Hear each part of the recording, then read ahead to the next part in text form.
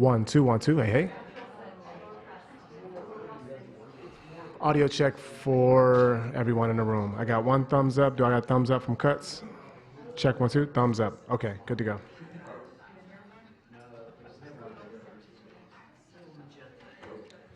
As a quick reminder, can everyone put their phones on silent, please, or turn your ringers off?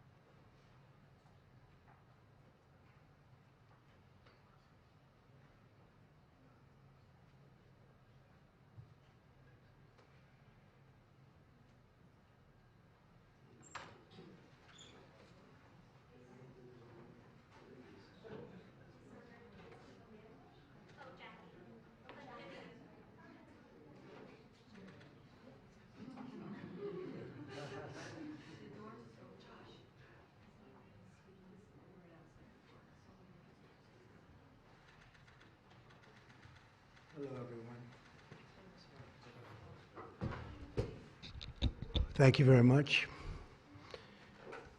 So I've been waiting for this meeting for 20 years, actually. And it's not that everything's 100% understood or known, but I think we've made a lot of strides. I wish it was done a long time ago. Today, we're delighted to be joined by America's top medical and public health professionals as we announce historic steps to confront the crisis of autism. Horrible, horrible crisis. I want to thank the man who brought this issue to the forefront of American politics along with me. And we actually met in my office, is it like 20 years ago, Bobby? It's probably 20 years ago in New York. I was a developer, as you probably heard, and I always had very strong feelings about autism and how it happened and where it came from. And he and I don't know, the word got out, and I wouldn't say that people were very understanding of where we were, but it's turning out that we understood a lot more than a lot of people who studied it, we think. And I say we think because I don't think they were really letting the public know what they knew. Thanks as well to the director of the National Institute of Health, Dr. Jay Bhattacharya, FDA Commissioner Dr. Marty McCary. These are great people. Administrator of the Centers for Medicine and Medicaid Services, Dr. Mehmet Oz, and Acting Assistant Secretary of HHS, Dr. Dorothy Fink. So thank you all. Thank you, Dorothy, very much. The meteoric rise in autism is among the most alarming public health developments in history. There's never been anything like this. Just a few decades ago, 1 in 10,000 children had autism. So that's not a long time. And I've always heard, you know, they say a few, but I think it's a lot less time than that. It used to be 1 in 20,000, then 1 in 10,000. And I would say that's probably 18 years ago. And now it's 1 in 31, but in some areas it's much worse than that, if you can believe it, 1 in 31. And I gave numbers yesterday. For boys, it's 1 in 12. I was told that's in California where they have for some reason, a more severe problem.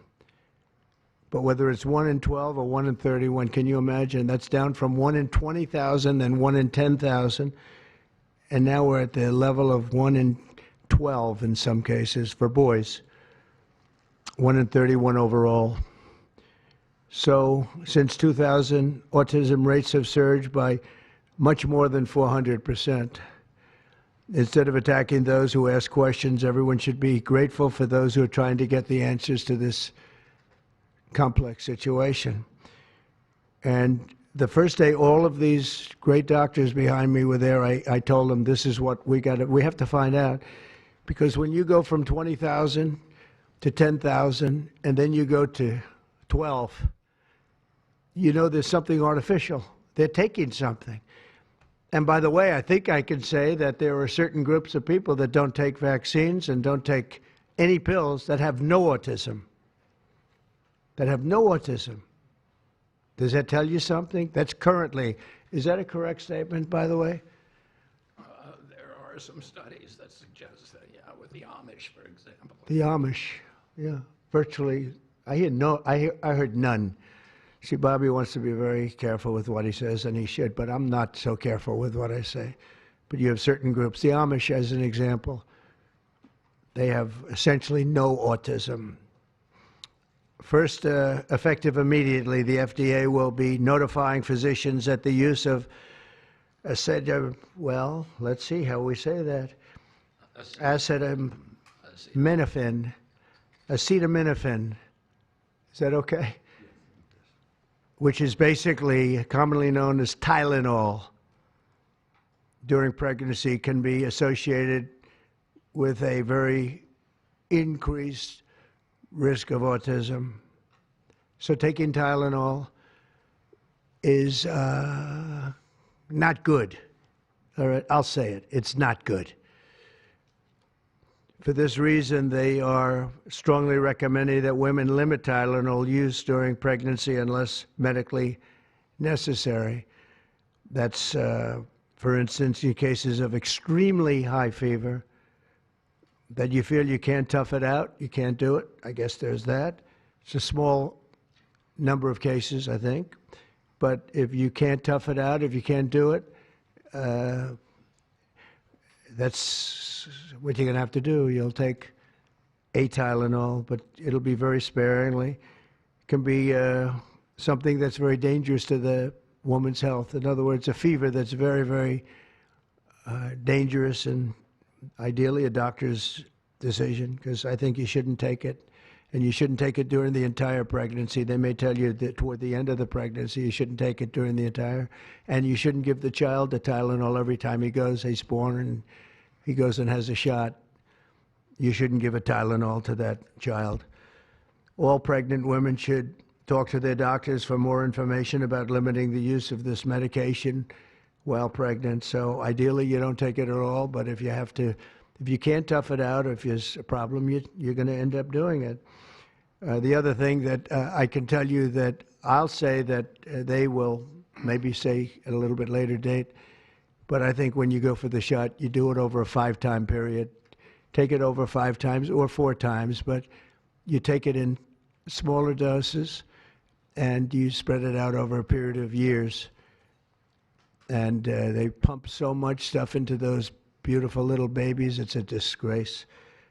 I don't see it. I think it's very bad. They're pumping, it looks like they're pumping into a horse.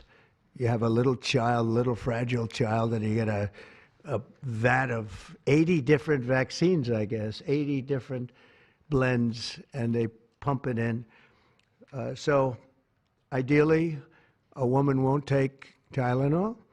And on the vaccines, it would be good instead of one visit where they pump the baby, load it up with stuff, you'll do it over a period of 4 times or 5 times. I've been so into this issue for so many years just because I couldn't understand how a thing like this could happen. And you know it's artificially induced. It's not like something that, when you go from all of those, healthy babies to a point where I don't even know structurally if a country can afford it, and that's the least of the problems. To have families destroyed over this is just so terrible.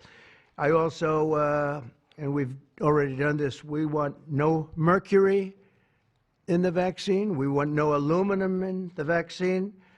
The MMR, I think, should be taken separately. This is based on what I feel, the mumps, measles, and all the 3 should be taken separately. And it seems to be that when you mix them, there could be a problem.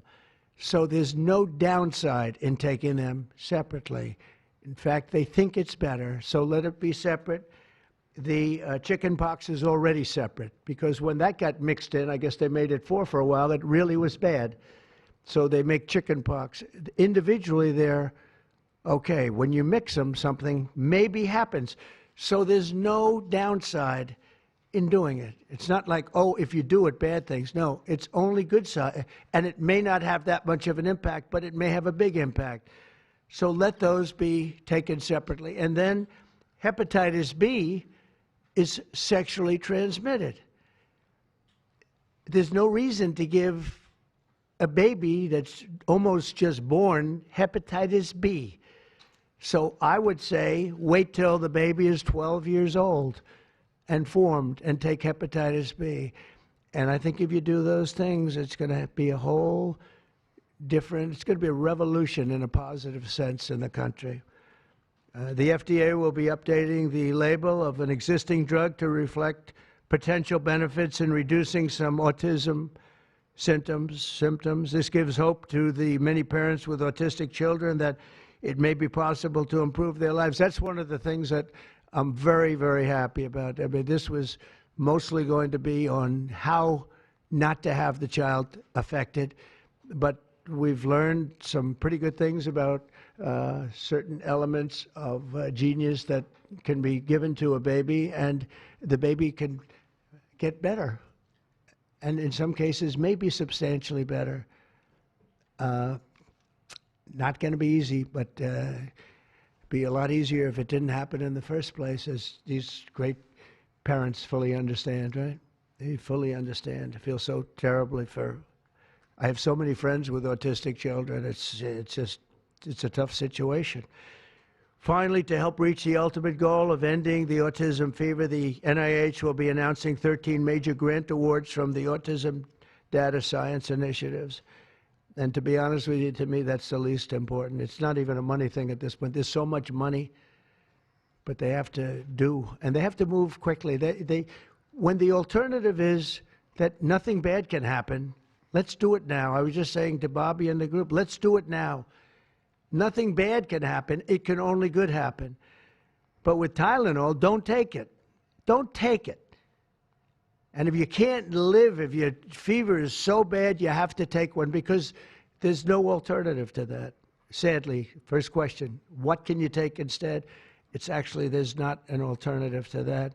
And as you know, other of the medicines are absolutely proven bad. I mean, they've been proven bad with the aspirins and the Advils and others, right? And they've been proven bad. So I'd like to ask Bobby to get up to the podium and say a few words, and then Dr. Bhattacharya and Dr. McCary, Dr. Oz, Dr. Fink, followed by two incredible mothers that have experienced firsthand what this country is going through, what parts of the world are going through. And I will say there are parts of the world that don't take Tylenol. I mean, there's a rumor, and I don't know if it's so or not, that Cuba, they don't have Tylenol because they don't have the money for Tylenol, and they have virtually no autism, okay? Tell me about that one. And there are other parts of the world where they don't have Tylenol, where they don't have autism. That tells you a lot, and I want to say it right now. And, you know, the way I look at it, don't take it. Don't take it.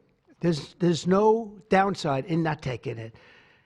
So I'd like to ask Bobby to come up and say a few words. I hope I didn't ruin his day, but that's the way I feel. I've been very strong on the subject for a long time. You know, life is common sense, too.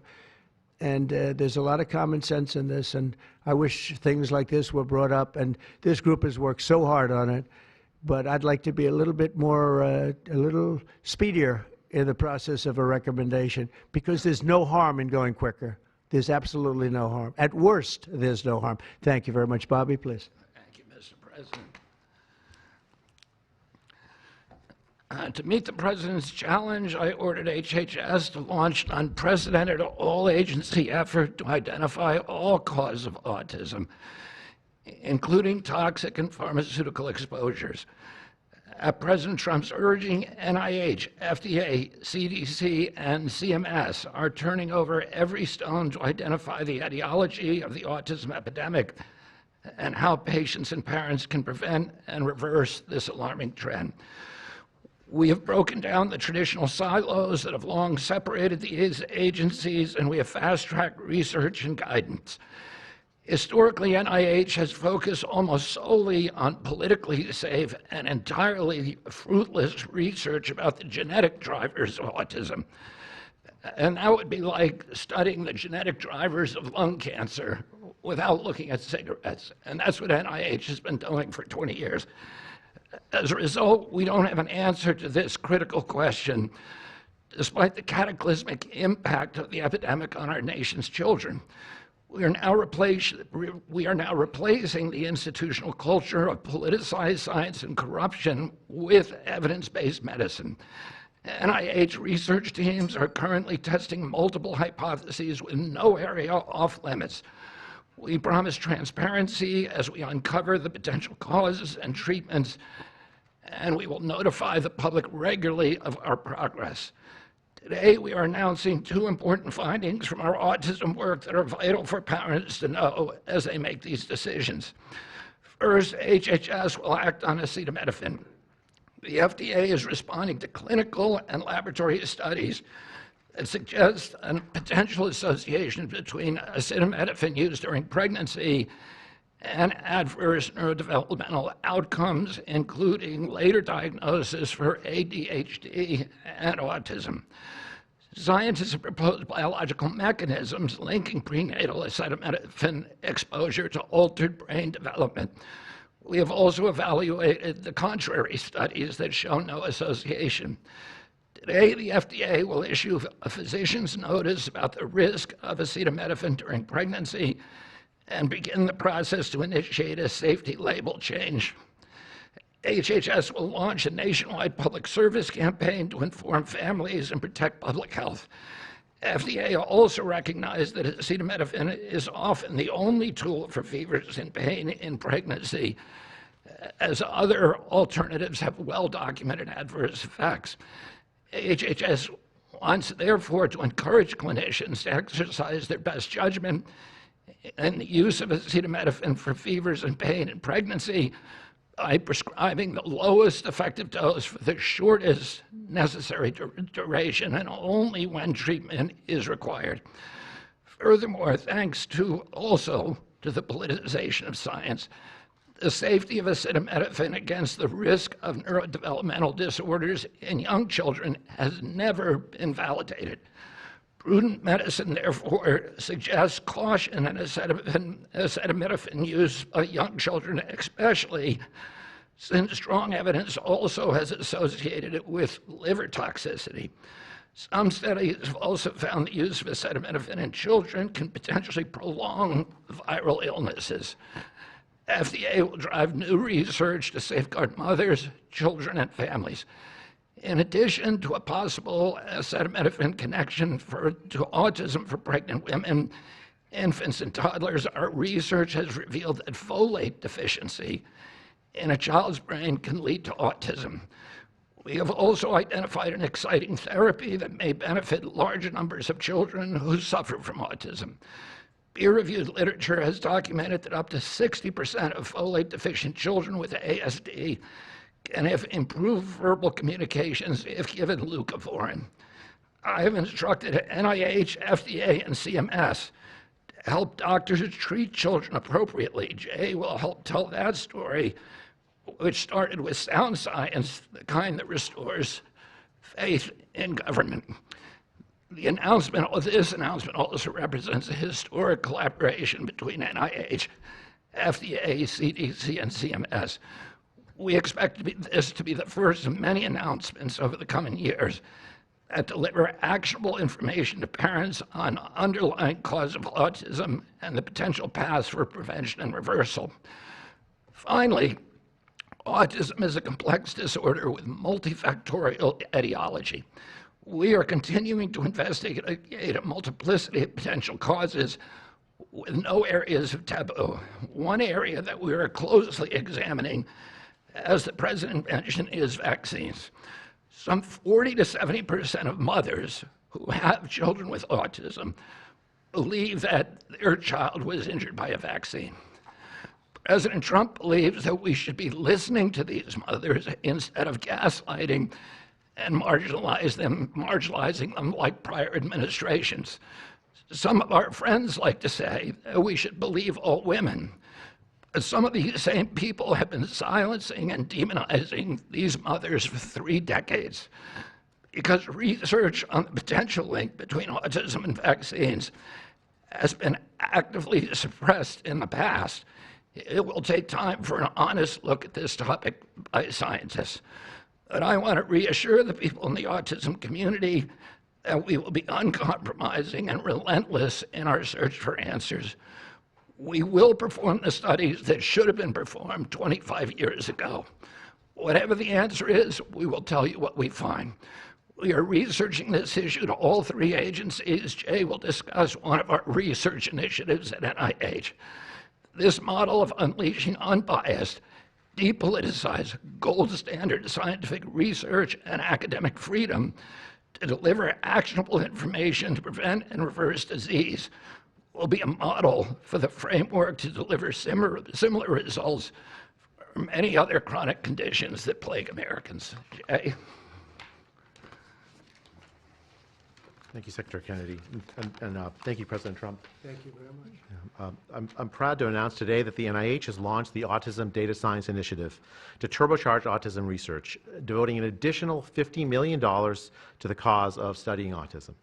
Nearly 250 research teams from across the country applied, sent in their applications, and were peer-reviewed by the NIH review panels. The NIH peer reviewers chose the 13 best projects focused on root causes and therapies, with replication and validation studies to guarantee gold standard science.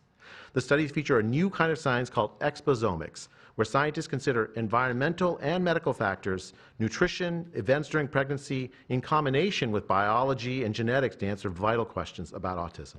Science like this, conducted in partnership with families and physicians, is the best way to arrest and reverse the autism epidemic. Autism spectrum disorder encompasses a very wide range of symptoms, ranging from mild difficulties with social interactions to profoundly autistic children who experience severe disabilities in speech and behavior.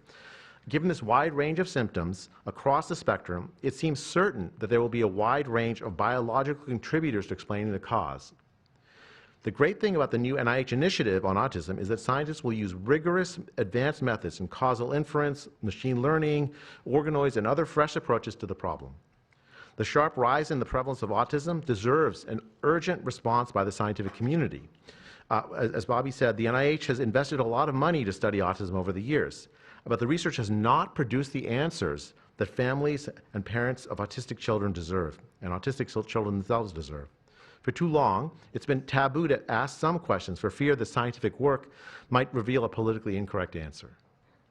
Because of this restricted focus in scientific investigations, the answers for families have been similarly restricted, often pointing families to behavioral therapies that don't work for every kid, or suggest non-modifiable genetic factors as the cause. But genetics alone can't explain such a sharp rise in autism prevalence over just a few decades, as the President said. In coming months and years, as NIH scientists learn more that can help autistic children and their families, we won't delay. Like scientists often like to do, I can say as a scientist myself, it's really tempting to delay, but but in face of a problem like this, you have to move fast. But we will not delay before telling American people about what we find, and we will win the public trust with transparency and rigor. Already, our broadened focus on autism research has pointed to 2 items that will help families prevent and treat some cases of autism. I'll leave the good news on these 2 items to my close friends and colleagues, Dr. McCary and Dr. Oz. We've been working together closely on this problem for the past 6 months, and our cooperation represents an unprecedented collaboration with Secretary Kennedy's Department of Health and Human Services and with President Trump. I'm delighted to introduce Dr. Marty McCary, Commissioner of the Food and Drug Administration, who will tell you about these announcements of practical help for families with autism. Great, thank you, Dr. Bhattacharya. Mr. President, this is the start of a historic shift in medical culture. This administration is working together to ask big questions about why our nation's children are getting sick so fast. Too often, medicine is doing small little studies, giving us answers we already knew. But we've got to make a difference. You've given us a charge to identify root causes, and we're not going to stop so that we can end the suffering we are watching. And if you've seen a kid with autism, with severe autism, it's hard to watch. Kids get frustrated, they get angry, they can be crying because they want to speak and they can't speak. It's hard to watch, and it may be entirely preventable. For an epidemiologist, that child is an expanding statistic, but for a child, it can be brutal to have autism. Today, the FDA is taking action to update the label on acetaminophen and sending a letter to all U.S. doctors letting them know about the risks in pregnancy. We now have data we cannot ignore. There's a very large study, the Boston Birth Cohort, with researchers that have, from Johns Hopkins, my former institution, and Boston University, found quote-unquote consistent associations between acetaminophen in pregnancy and autism. And the Nurses' Health Study, with researchers from Yale, Columbia, and Harvard looking at 9,000 kids, found that acetaminophen use in pregnancy was associated with neurodevelopmental disorders. And 4 weeks ago, a Mount Sinai Harvard study reviewed all the existing literature and found the overwhelming body of evidence points to an association. Sure, you'll be able to find a study to the contrary. That's how science works. But to quote the dean of the Harvard School of Public Health, there is a causal relationship between prenatal acetaminophen use and neurodevelopmental disorders of ADHD and autism spectrum disorder. We cannot wait any longer. And honestly, there's been this perfunctory, reactionary, mindless practice in medicine. I learned it in medical school and residency. Just treat all fevers, low-grade fevers, treat them with acetaminophen. Why? What are we doing?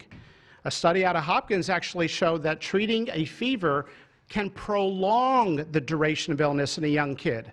Maybe that's because a fever is a body's natural way of ridding an infection. When my wife was pregnant and delivered our son a few months ago, they pushed her to take acetaminophen for a low-grade fever. She said no, and then they looked to me and I said, absolutely no. I'm also here to announce good news. Today, the FDA is filing a Federal Register notice to change the label on an exciting treatment called prescription leucovorin so that it can be available to children with autism. You know, autism may also be due to an autoimmune reaction to a folate receptor on the brain, not allowing that important vitamin to get into the brain cells. It's a fairly established, mature pathway. Again, we have a duty to let doctors and the public know. We are going to change the label to make it available. Hundreds of thousands of kids, in my opinion, will benefit. One study found that with kids with autism and chronic folate deficiency, 2/3 of kids with autism symptoms had improvement, and some marked improvement.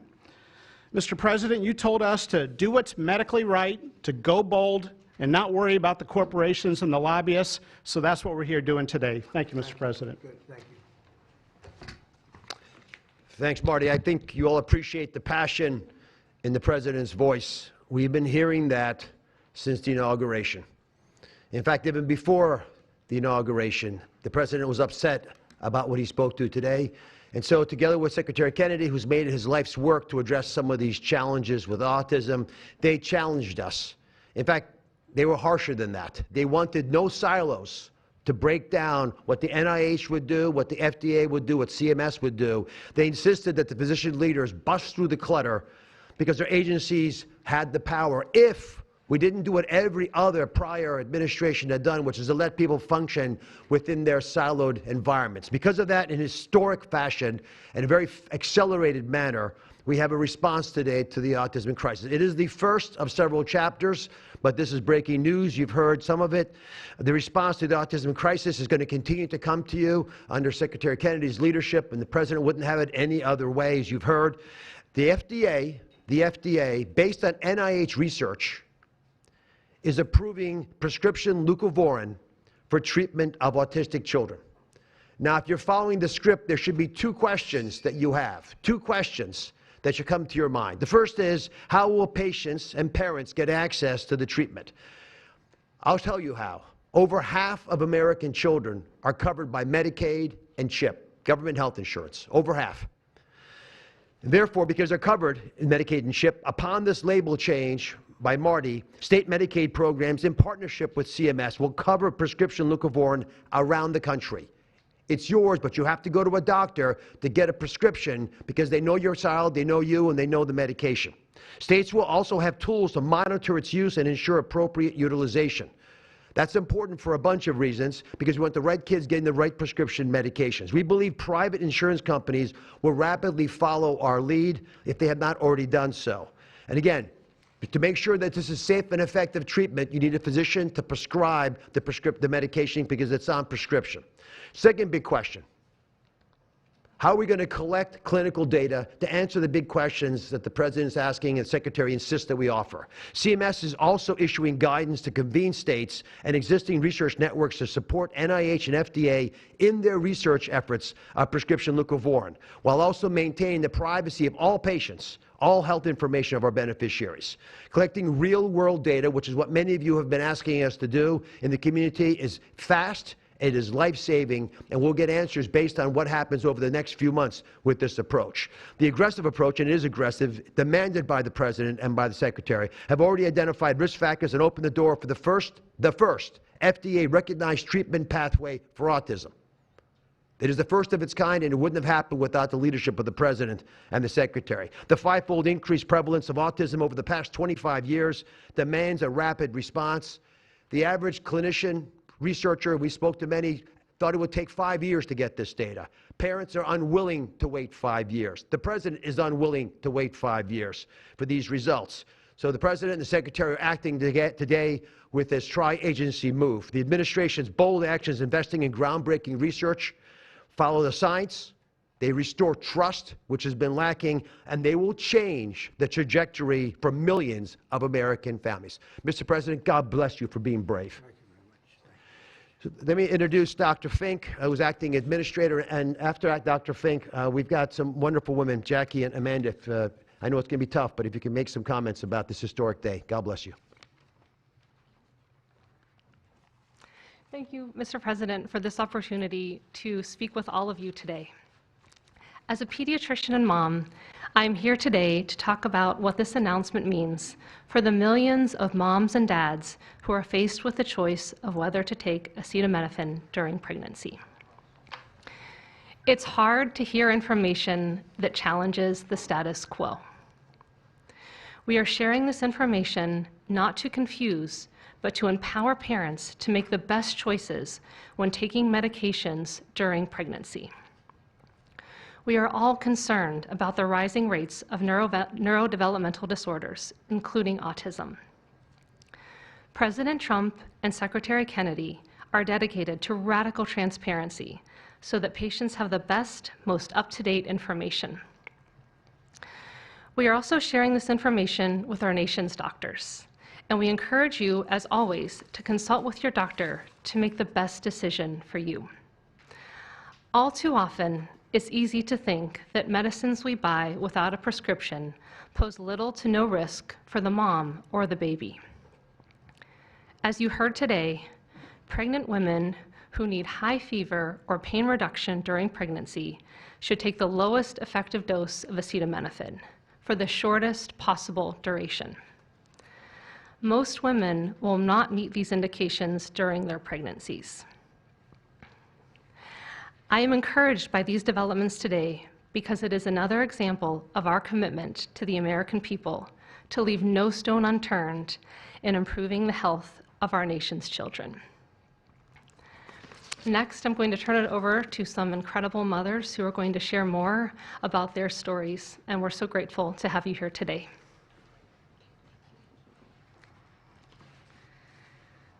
Thank you. Thank you, Mr. President and team, for all your work. This is an historic day, and I'm thankful to be here. I have a son who's 5 who is profoundly autistic, and you've probably heard if you've met one autistic child, you've met one autistic child. It's a spectrum, which I don't think the spectrum is helpful, but that's another conversation. He is an amazing little boy, a blessing from God. He's marvelous. He can count to 1,000. He knows all of his letters and the sounds they make and a word for each one.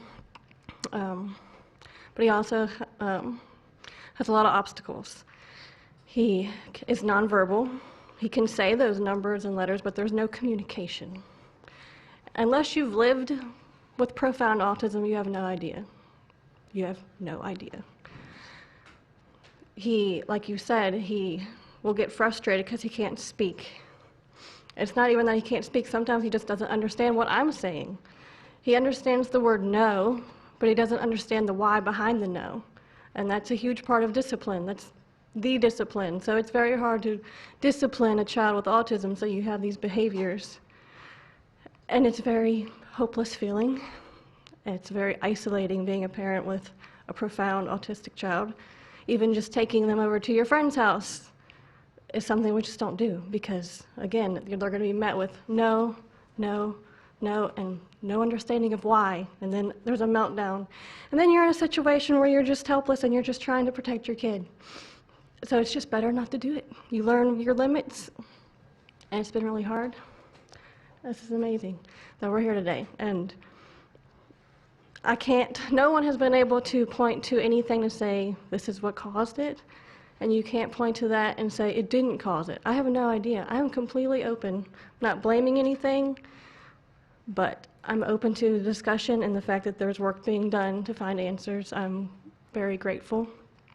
I was already excited to vote for Mr. Trump anyway, Mr. President, but when we got word of RFK doing his work, I was ecstatic. I could not wait for this work to be done, that somebody would try to find us some answers. I'm just very grateful.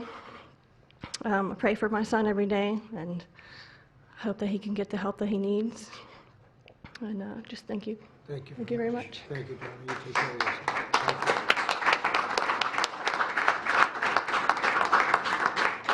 Hi, my name's Jackie. I'm also extremely grateful for the opportunity to be here and share my son's story. My son is Eddie. He's 11. He's on the opposite end of the spectrum from what Amanda just explained. He's considered high functioning. He was not always high functioning. He was nonverbal till the age 4. We've had quite a hard time to get to the place where we are today.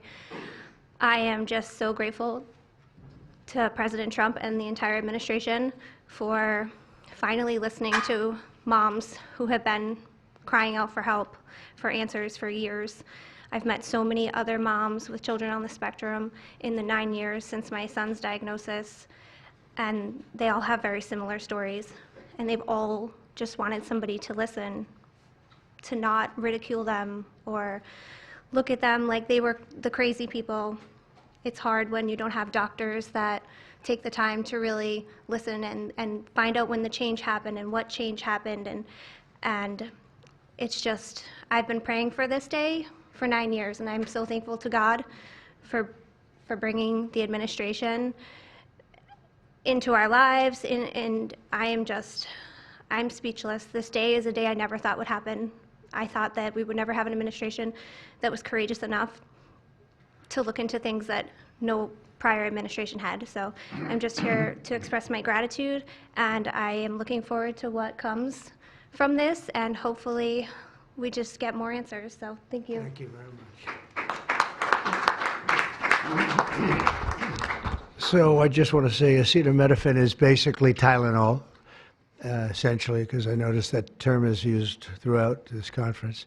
So it's essentially Tylenol.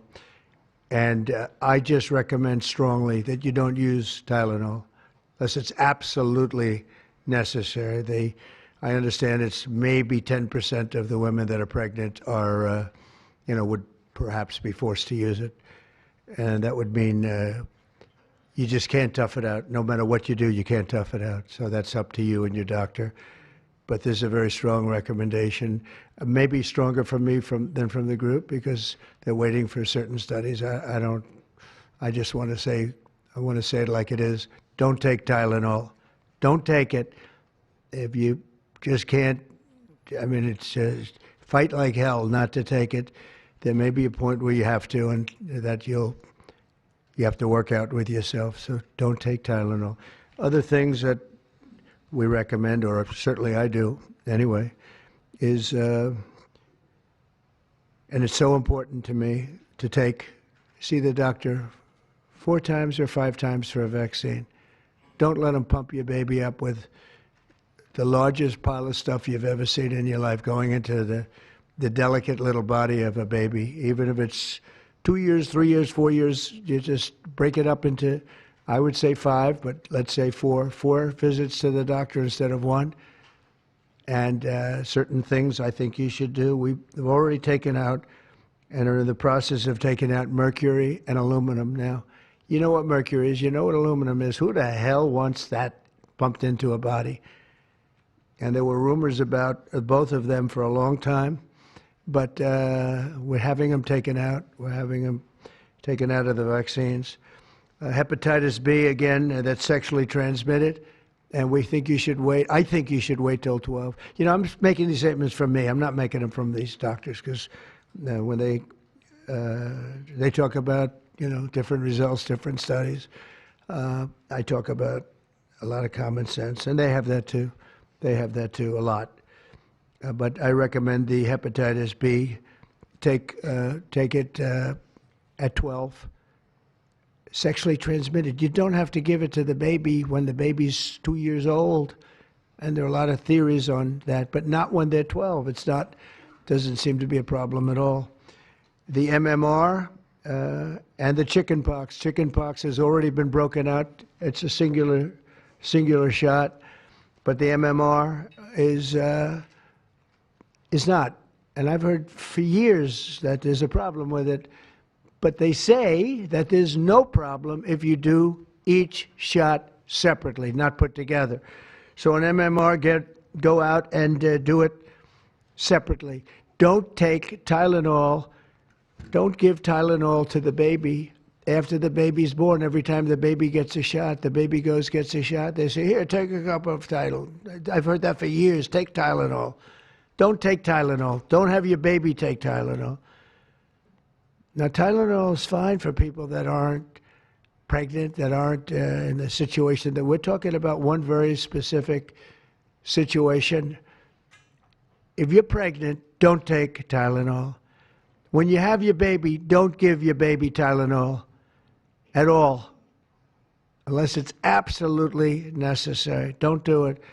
Break up your visits to the doctors. Break them up. Do it in 5 if you can. Now, it's inconvenient. It's inconvenient. Oh, you got to have to go back another year later. You're going to go back each year for 4 years, 5 years, 3 years. Just break it up. Break it up, because it's too much liquid. Too many different things are going into that baby at too big a number. The size of this thing, when you look at it, it's like 80 different vaccines and beyond vaccines, and 80.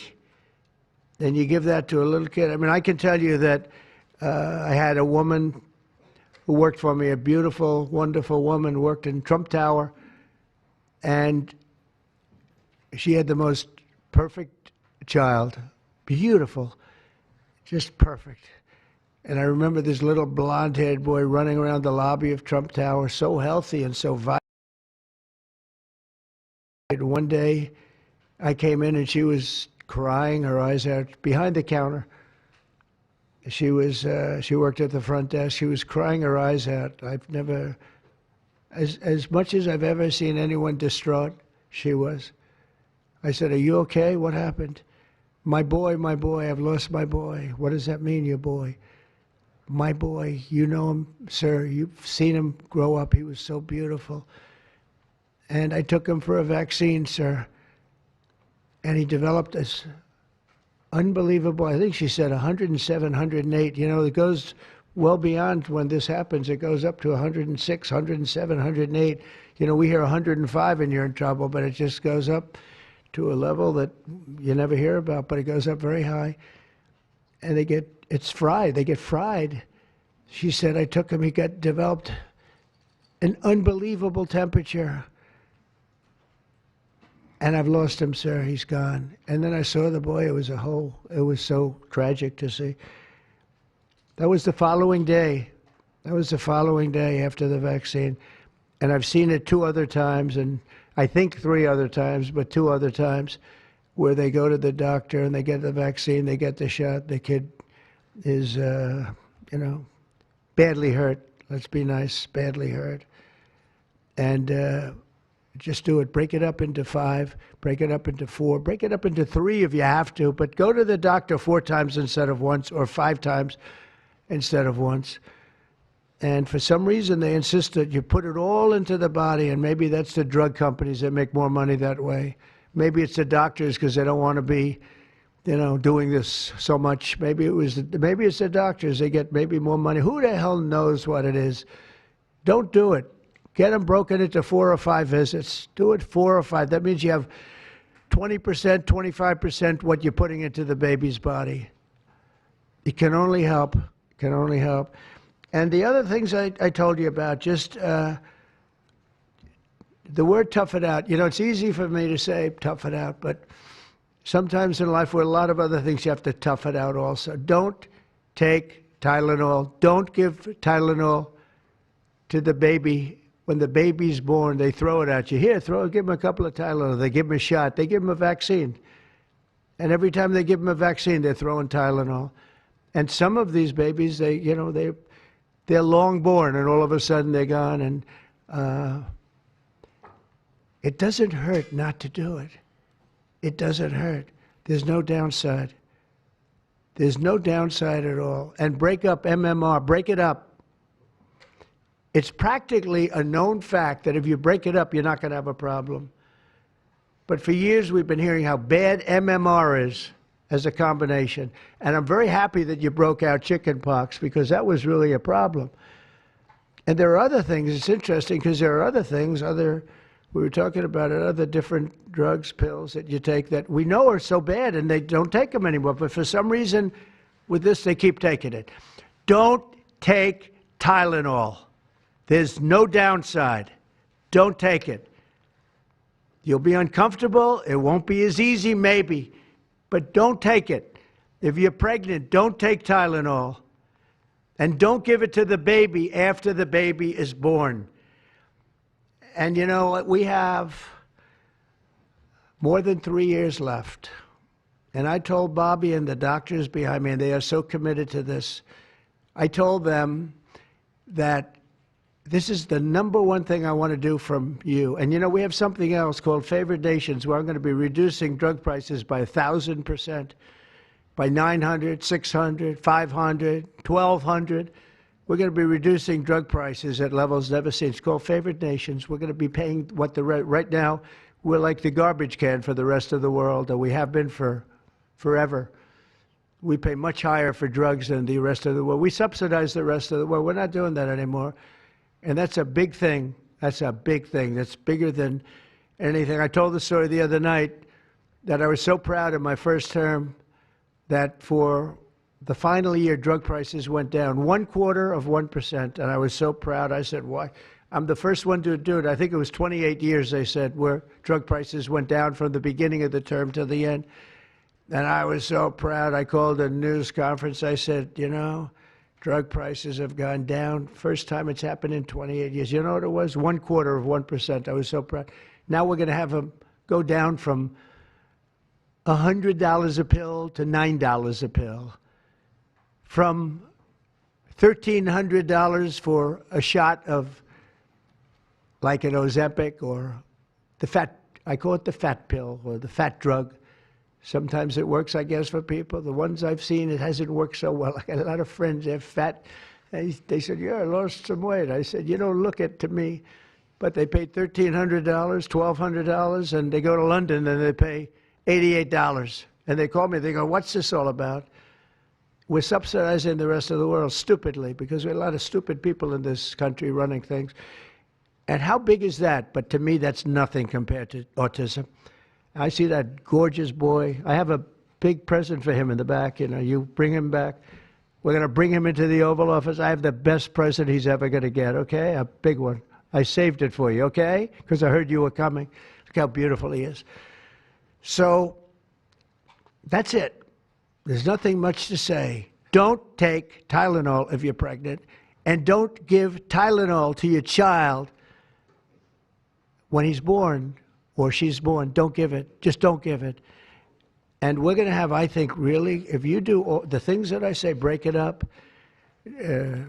Just break it up. Break up the shots with the doctor. MMRs, as I told you, separate, separate, separate. Chickenpox already separate. You do these things. I'm telling you, I want to, when I leave office, I don't want to have, it's going to be the kind of number that we're hearing, where it's 1 in 32 or 1 in 10, because I've heard 1 in 10 also. And in California, it's really bad. I want it to be, let's get it back to maybe 1 in 10,000 or 1 in 20,000 or maybe none in 20,000. And the only way you're going to do that, because this is artificially induced. This is induced by something. You don't go from 1 in 20,000 to 1 in 10,000, then to 1 in 10.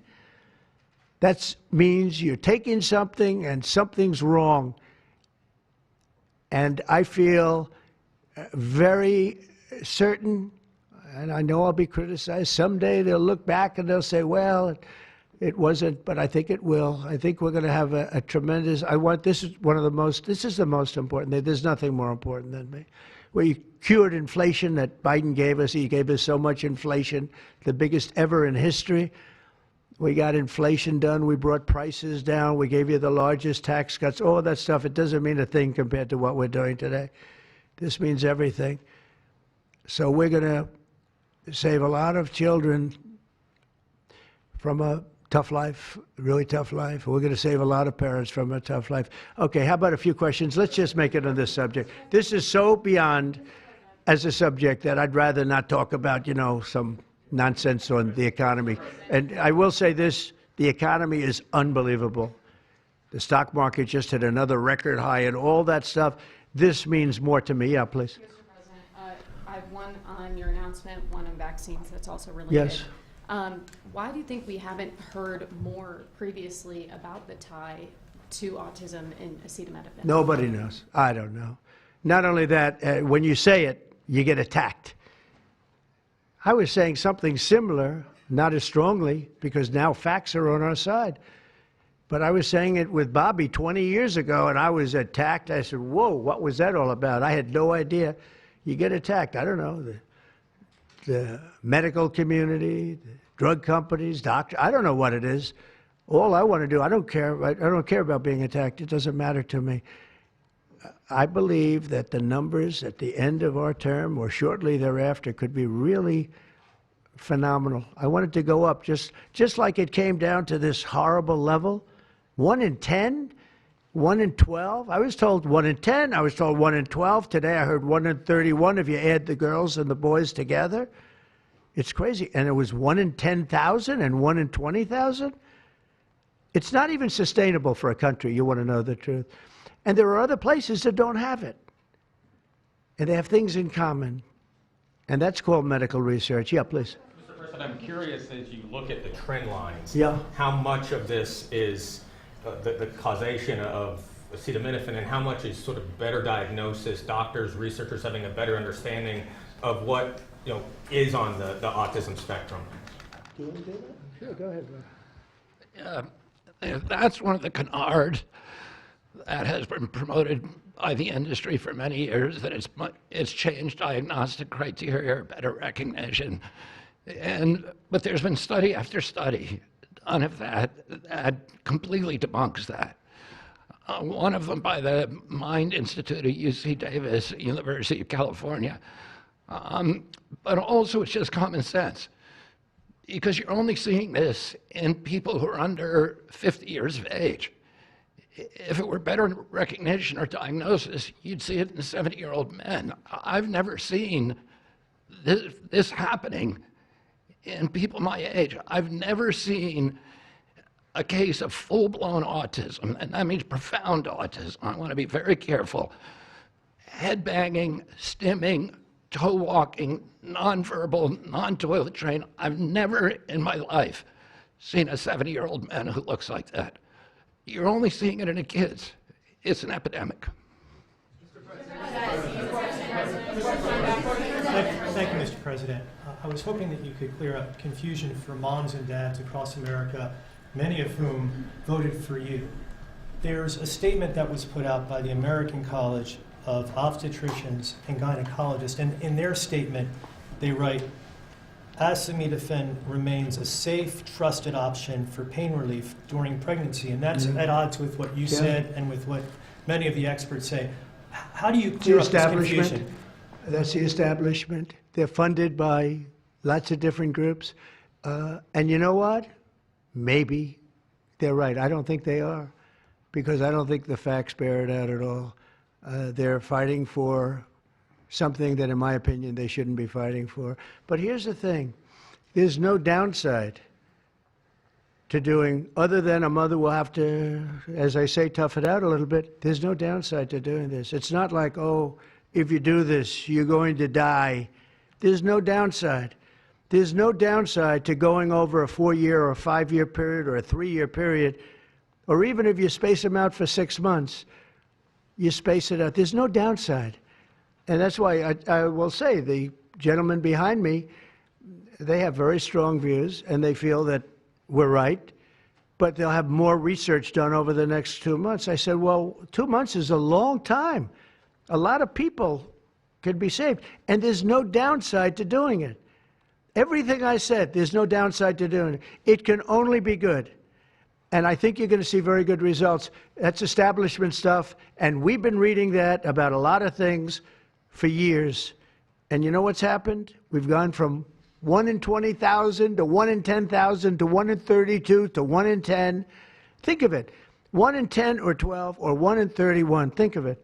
1 in 31 people, young kids, get autism. What is it, Jeff? My question is about leucovorin. You mentioned that as part of your plan. That is also a chemotherapy treatment. Have you been in touch with the drug companies to Why don't increase I have the production doctor about answer that? that? And just, I'm going to throw in my follow-up at the same time. Dr. Oz mentioned that this will be available with CHIP, children who are on CHIP. But the big beautiful bill reduced funding for CHIP and Medicaid by $1 trillion over the next 10 years. Are you concerned that that will impact your ability to get this drug out? I'll explain it to you in a second, but please go ahead. Thank you. Thank you. Leucovorin is not a chemotherapy, but it is a vitamin given with chemotherapy sometimes. And the idea here is that the folic acid receptor in the brain is blocked by some antibody response. It might be 20, 40, 50% of kids with autism. And leucovorin will bypass that blocked receptor. And that's why so many doctors are probably seeing so much clinical improvement on kids with leucovorin. So are you going to increase production? Yeah, we've been in touch with the companies, and they are prepared to ramp up production, and we actually talked to them about a month ago.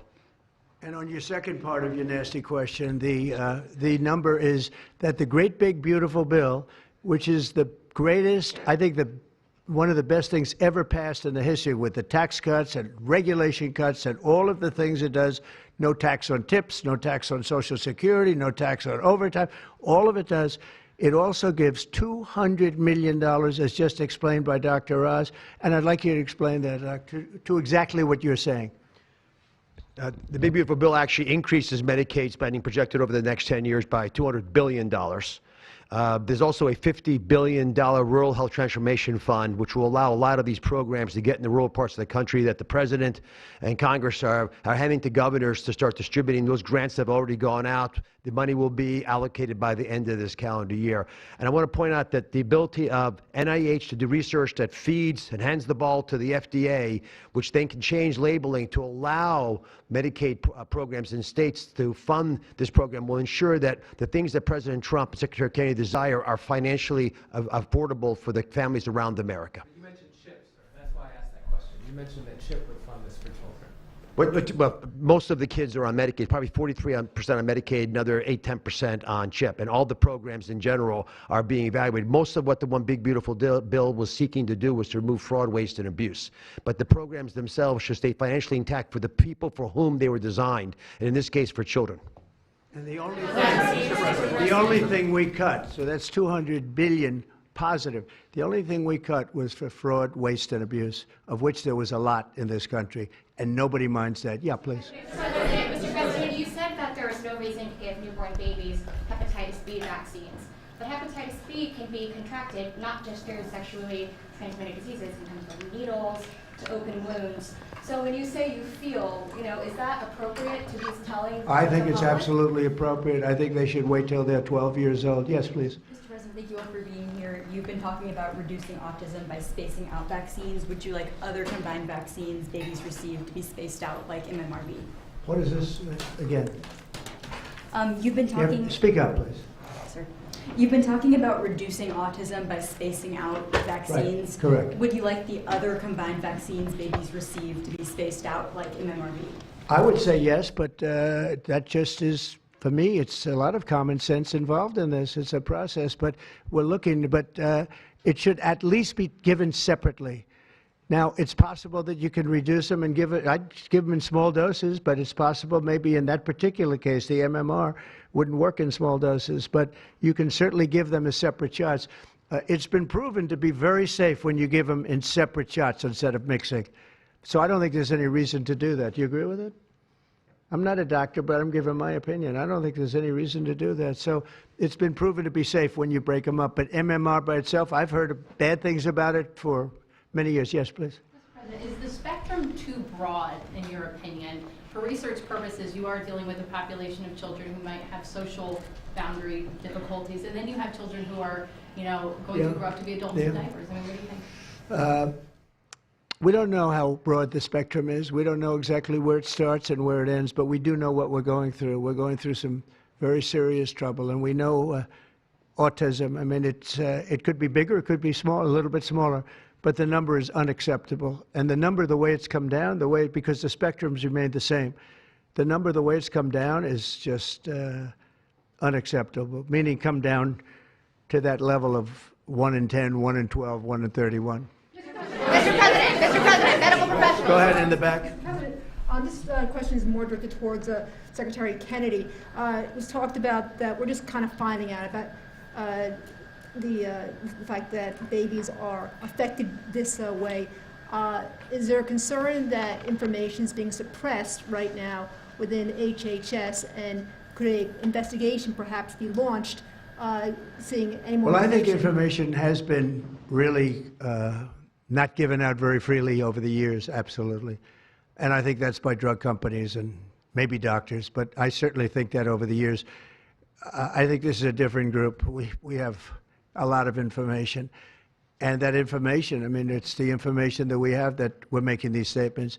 And I'm making them out front, and I'm making them loud, and I'm making them strongly not to take Tylenol, not to take it. Just don't take it unless it's absolutely necessary, and there's not too many cases where that will be the case.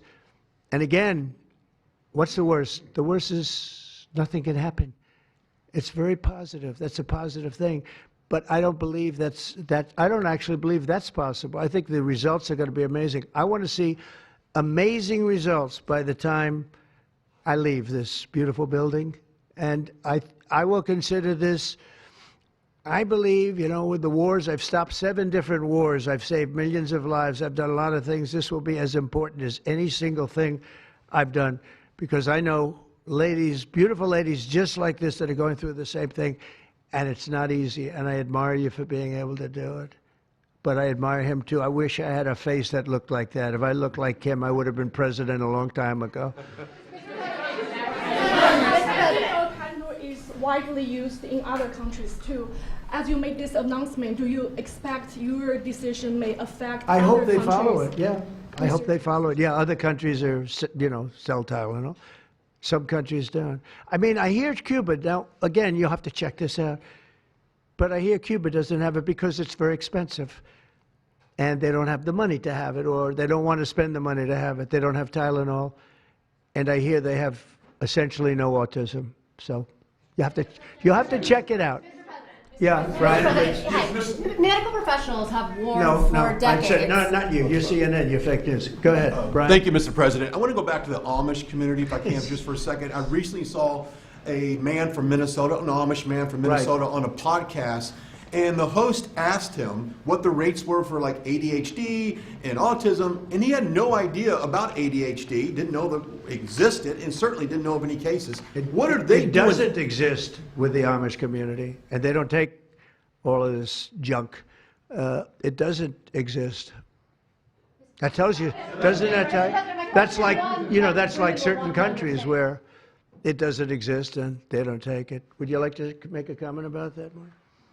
The Amish population, a very mixed group, so there's a subset that take vaccines, a subset that does not, and we know they have very low rates of chronic disease all across the board.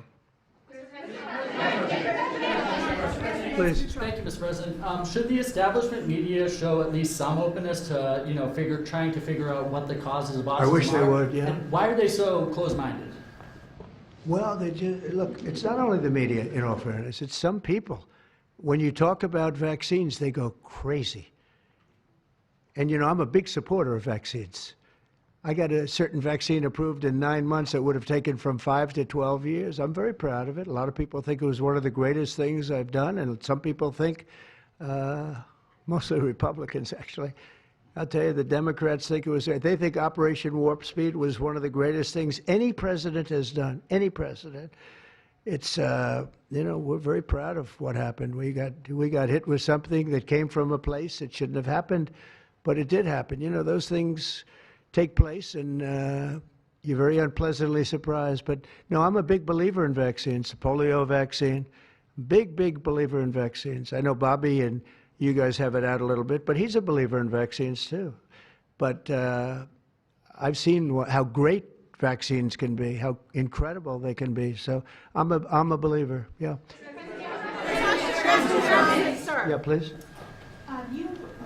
Your comments made about MMR and hepatitis B, I know you said those were your suggestions, but have you spoken with Secretary Kennedy about actually making those changes? I have, yeah, I have. I've spoken to all the doctors about it, and doctors that are not here right now. I've spoken to many doctors about everything we're talking about. And, you know, the Tylenol has started to be spoken of over the last period of time, but we've been doing the research. A lot of what they've been speaking about comes from right here by research done by these people.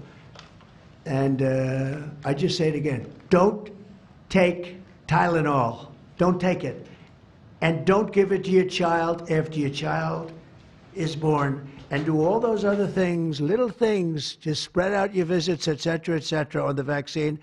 And I want to thank everybody. This is a very important day. Thank you very much.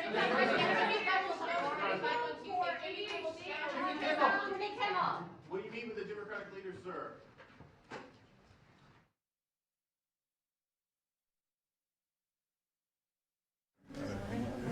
He's not going to answer my